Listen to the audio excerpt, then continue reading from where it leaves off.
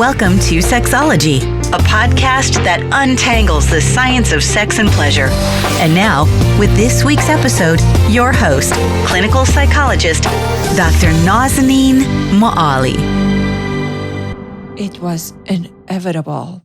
The scent of bitter almonds always reminded him of the fate of unrequited love.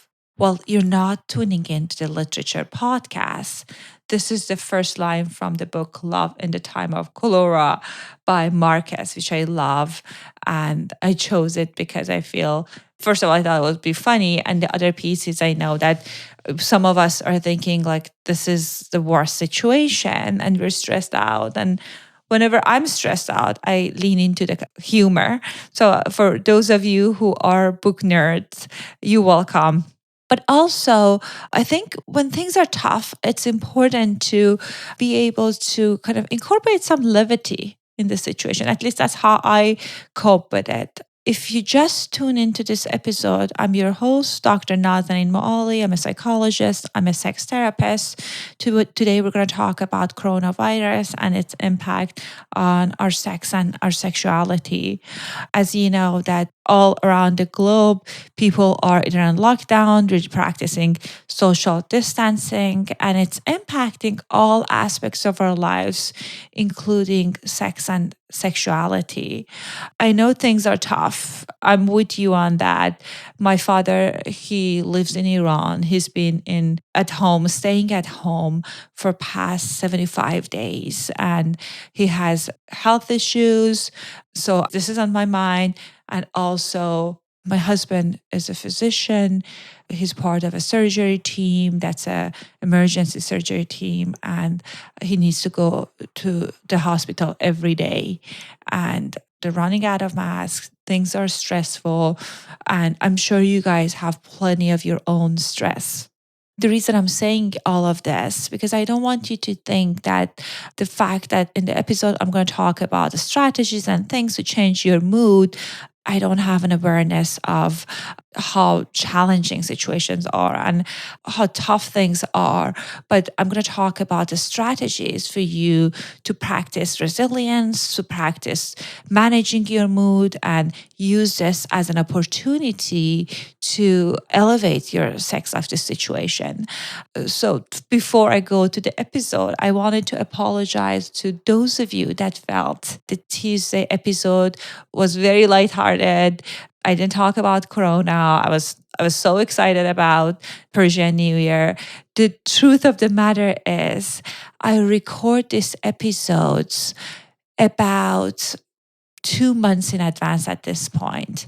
The reason I'm doing this, because I want to make sure that I have enough interviews in the queue. So if someone cancels, if we need to not release an episode, we have enough content to share with you guys so we wouldn't have a delay in airing this podcast. The other piece of it is many of you guys know, I love Persian New Year. Wintertime is a tough time for us, for my family, because of how things were. My mom has seasonal depression, and during the Nowruz or Persian New Year was a time that we were noticing a shift in her mood. So it is such a special and important time in my life.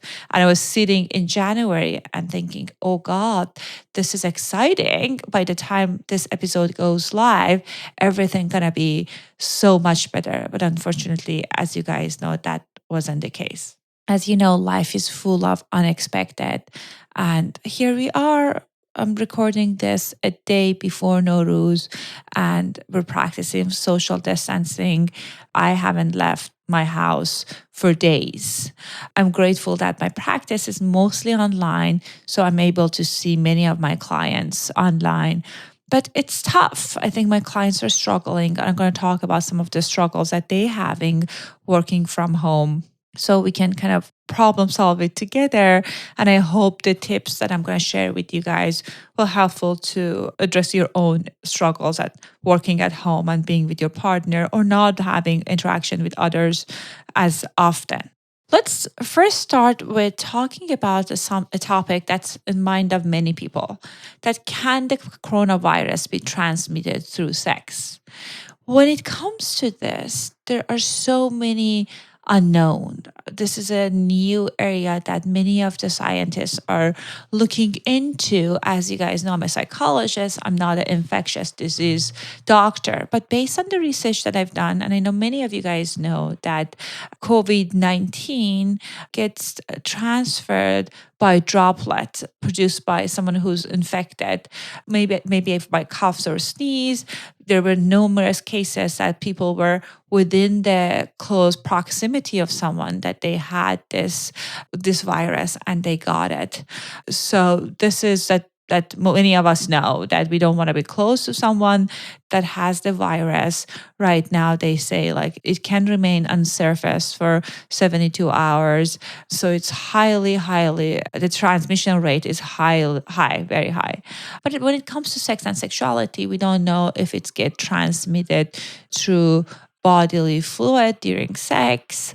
So it's important to practice precaution and use protection as always, but we don't have like research doesn't show that we have that information yet. But this is the time that many people are staying at home, being very close to their partners, or we have lots of flexibility, even if you don't have a partner around your schedule. And I invite you to incorporate some of the things that I'm going to mention in your daily routine. So when you are out of this crisis, this self quarantine situation, you have elevated your sex life.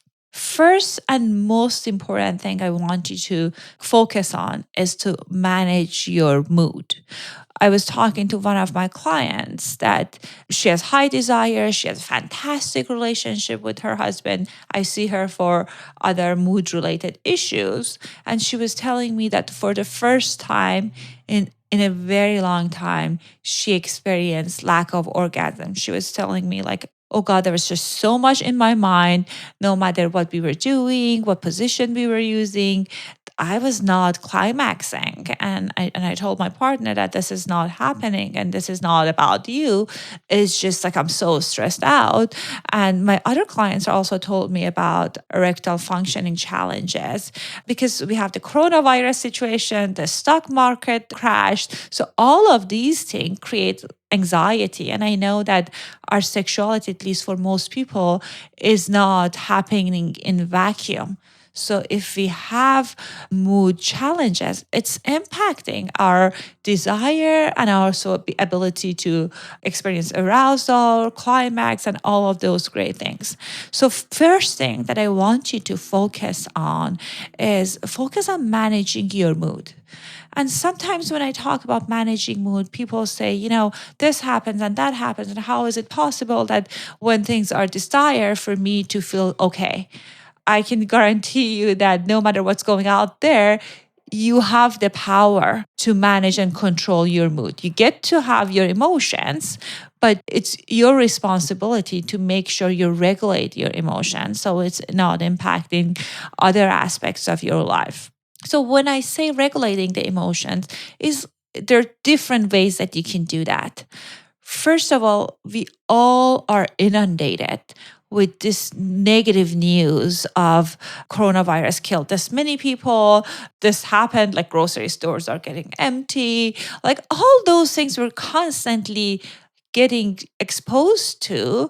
And none of this are news to us because we have already read about it 5 hours ago. So we're hearing different version of the same thing that doesn't give us any good information and it just escalates our anxiety. So my first recommendation is limit your exposure to news.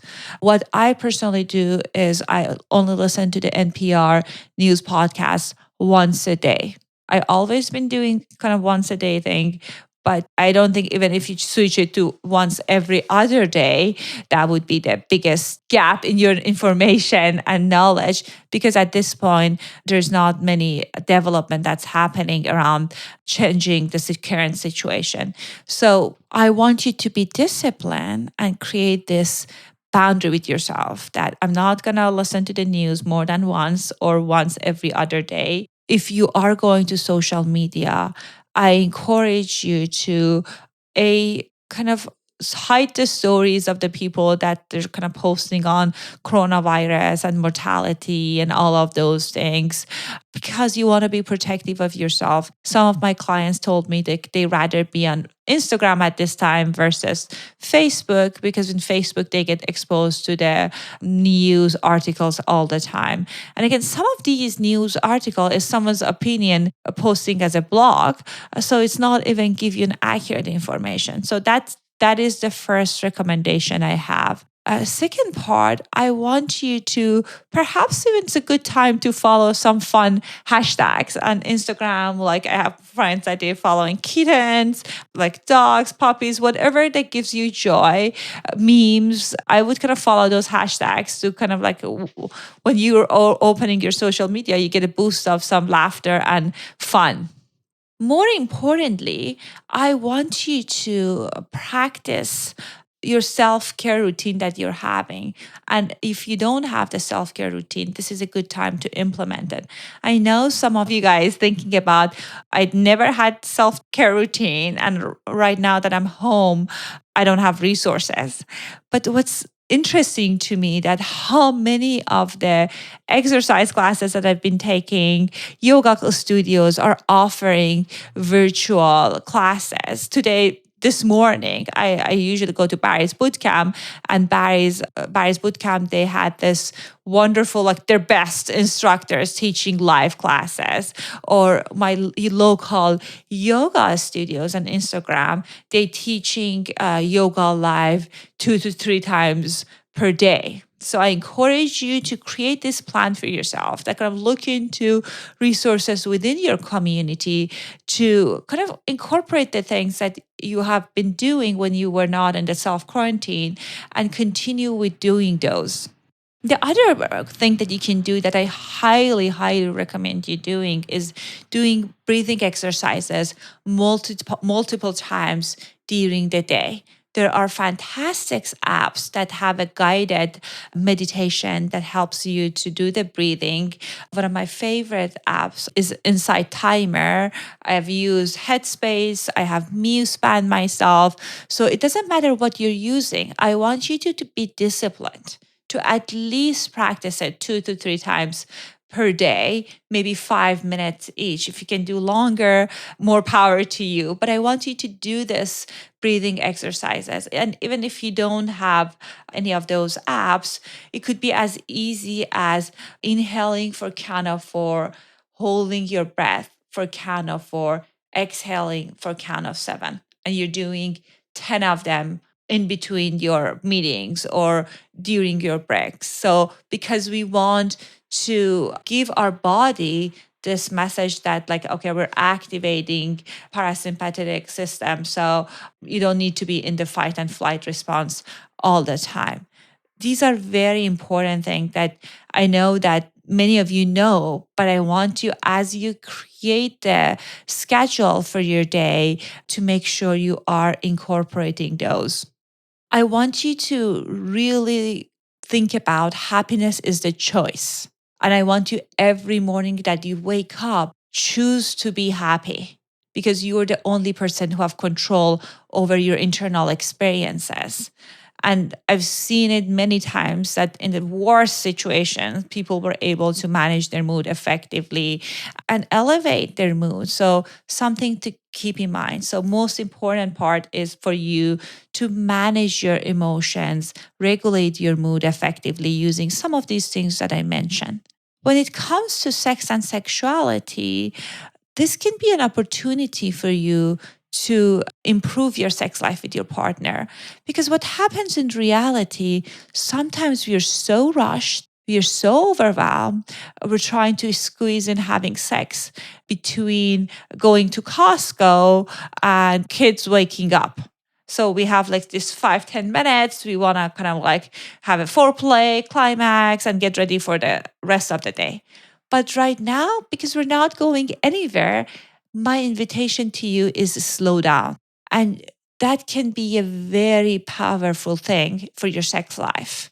You can really tuning into what's going on to your body, showing up for your body, and also incorporating things that you didn't incorporate in the past. It's funny that my husband the other day was telling me, honey, I didn't know you have all this fun, fancy lingerie. And I was saying that, okay, I had them for past 5-6 years, but I didn't have time to take them out, play with them, wear them. So I'm sure when you look into your closet also, there are things, the books you purchase to spice up your sex life, lingerie that you purchase, and they're sitting there waiting for an appropriate time. And I'm telling you, my friend, this is the time to bring those back and kind of incorporate that in your kind of sexual experiences so you can put yourself in the mood. Because I think when we're stressed out, it's really hard at times to get into the mood. And sometimes these props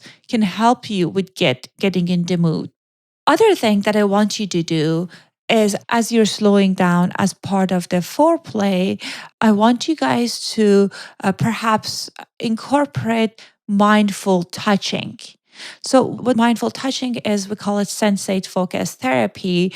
In a few episodes ago, we had someone that is an expert in this and talks about it. I can leave a link in the show note to that. But what it is, I guess a little bit snapshot of that, is every day you and your partner take, say, 10 to start with 10 minutes. And kind of like touching, kissing, caressing your partner's different parts of their bodies. The first phase, you're just doing the areas that you can see with clothing on. And experiment with that. And it's such a non-goal oriented activity. The idea is for you just to show up for what would it be like to be in a receiver end, what would it be like to be a giver person. And I want you to have fun with it. I have clients that incorporate feathers and teasing and all of that. And again, this is not an activity that needs to end up with intercourse. The idea is just like experiencing pleasure through touch. The other thing that I want you, and when it comes to sexual realm, to maybe consider, even if you don't have a partner, practice orgasmic breathing. We had Barbara a few months ago on the show that talked about orgasmic breathing. The episode was Sex and Tantra. And I think this is a perfect opportunity for you to experience arousal through your breath. I'll look and see if I can find that link and I put it on the show notes. But if you can Google orgasmic breathing, tons of stuff comes up. So if you don't have a partner right now, it doesn't mean that like your sex life is not important. You cannot work on improving your sex life. So I have few ideas on the things you can do. First of all, you can practice what we call edging, like bringing yourself to the very close to climax and let the arousal and sexual energy subside. What it does is it helps you, first of all, it builds excitement. So you're going to have a so much more interesting and fun and intense orgasm. And for my male client, people with the penises, what it does is it teaches them the ejaculatory control. So you will be able to go longer with a partner because sometimes many of my clients have this question of, okay, I want to go last longer. I don't know what to do. So this is your opportunity to practice this. So what you're doing is you're masturbating as you're always been doing, and then kind of like making sure that you are letting go of a stimulation. When you are at 8 or 9, if 10 is ejaculation, and just letting it go. And you can kind of increase every day a minute that you will add to this practice of self-stimulation and letting go. And the goal is at the end, you can ejaculate, but the more you're practicing it is like you're going to the gym for your penis. So something to keep in mind. The other thing is it gives you opportunities to experiment with different erotic zone. I know some of my female clients, they want to experience G-spot orgasm. And there are some, at times, like any skills, that if you want to acquire that skill, it might require you some it might require some practicing. So you can implement some of those. If there is a skill that you want to learn more of, I would be happy to do a bonus episode on that. Let me know. But I think this is such a wonderful time to increase the items and tools in your repertoire. The other interesting thing that you can do is experiment with consuming different types of erotic material. For example, if you're someone that been kind of watching porn, maybe looking at different kind of porn. Many of my clients find webcamming interesting. So you can experiment with different things that are interesting, you're always curious about. And by watching webcamming as well, you're supporting sex workers as well, that I know many of them are struggling right now. And I want you to know that there is nothing wrong with masturbation, with solo sexual experiences. It's sex. So it's not like, oh God, I don't have a partner. I'm a loser and I'm doing masturbation. It's my recommendation to all of my clients that even if they have partners, to masturbate, because it has many benefits. First of all, it helps you to know your body better. You're able to, it's kind of form of act of self-love. You're giving yourself something that's very pleasurable. Also, it gives you information on what to tell your partner about what's pleasurable about sex. So you're not necessarily in the dark when they tell you what you like. If you are dating, I know it can be a challenging time because it's hard to go out. If it is a casual dating scene, I don't know, maybe it's not worth it for you to expose yourself to the possibility of getting COVID-19. Not like if you're a long-term relationship, you cannot get it from your partner. But I'm thinking, okay, with my husband, we are in the house. If he gets it, most likely I'm going to get it. And that's the reality of it.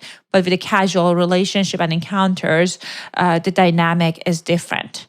What can you do that I think it's extremely hot is to use kind of Skype to do a kind of like experiment sexually. You can take off your clothing and masturbate in front of a Skype. Some people exchange nude photos. You can do tons of different things. There are very interesting teledildonics that you can use with your partner.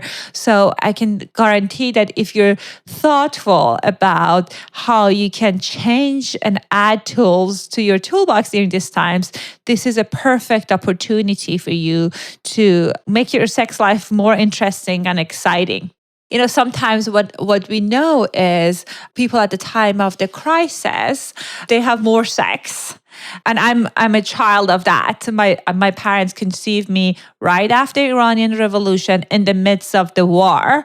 Until now, I didn't know. It was like what they were thinking. But now I think when we're anxious, sometimes sex and sexuality can be a way that we can manage our mood. My hope for you, to whether it's a solo sex or it's a partner sex, you manage to have lots of sex to combat the effect of this stress of coronavirus, because being at home can be very, very isolating for people.